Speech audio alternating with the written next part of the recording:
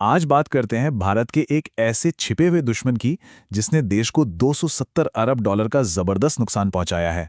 और सुनिए, ये कोई सेना या कोई दूसरा देश नहीं है, ये है क्लाइमेट चेंज। अच्छा, एक बात सोचिए, अगर कोई दुश्मन देश पर हमला करके 270 अरब डॉलर का नुकसान कर दे तो क्या होगा? यकीनन फौरन एक्शन लिया जाएगा, शायद युद्ध की तैयारी भी शुरू हो जाए, है ना? लेकिन इस मामले में ऐसा कुछ नहीं हो रहा। 270 अरब डॉलर, ये कोई छोटी मोटी रकम नहीं है। ये वो कीमत है जो भारत ने सिर्फ एक साल में एक अदृश्य दुश्मन की वजह से चुकाई है। और इसका गुनहगार है क्लाइमेट चेंज। जी हाँ, ये कोई भविष्य का खतरा नहीं है, ये आज की अभी की सच्चाई है जो हमारी अर्थव्यवस्था को इसी वक्त नुकसान पहुंचा रही है। चलिए, इस आंकड़े को थोड़ा और समझते हैं। साल 2022 में ये नुकसान भारत की कुल जीडीपी का 8% था। सोचिए, देश की पूरी सालाना कमाई का इतना बड़ा हिस्सा एक ऐसा दुश्मन खा रहा है जिसे हम देख भी नहीं सकते। लेकिन बात सिर्फ पैसों तक ही सीमित नहीं है। मामला इससे कहीं ज्यादा बड़ा और पर्सनल है, क्योंकि इसका सीधा असर पड़ रहा है हम सबकी जिंदगी पर। देखिए ना, हवा जहरीली हो रही है जिससे लोग बीमार पड़ रहे हैं, सूखा पड़ रहा है तो खाने पीने का संकट खड़ा हो रहा है, और बाढ़ तूफान तो लोगों को उनके ही घरों से उजाड़ रहे हैं।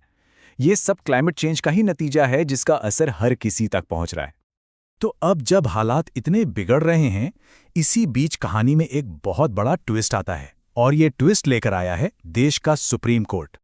कोर्ट ने जो कहा है वो बहुत सीधा, साफ और पावरफुल है। उन्होंने कहा भारतीयों को जलवायु परिवर्तन से सुरक्षा का अधिकार है।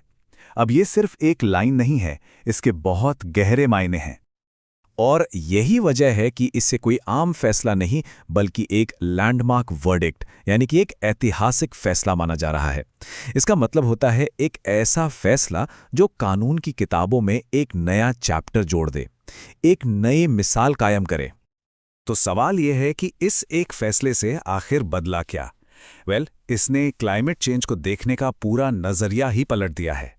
देखिए, अब तक इसे सिर्फ एक एनवायरमेंटल इशू, मतलब पर्यावरण का मुद्दा समझा जाता था, लेकिन अब कोर्ट के इस फैसले के बाद ये बन गया है एक फंडामेंटल राइट्स का मुद्दा, और ये बहुत बड़ी बात है।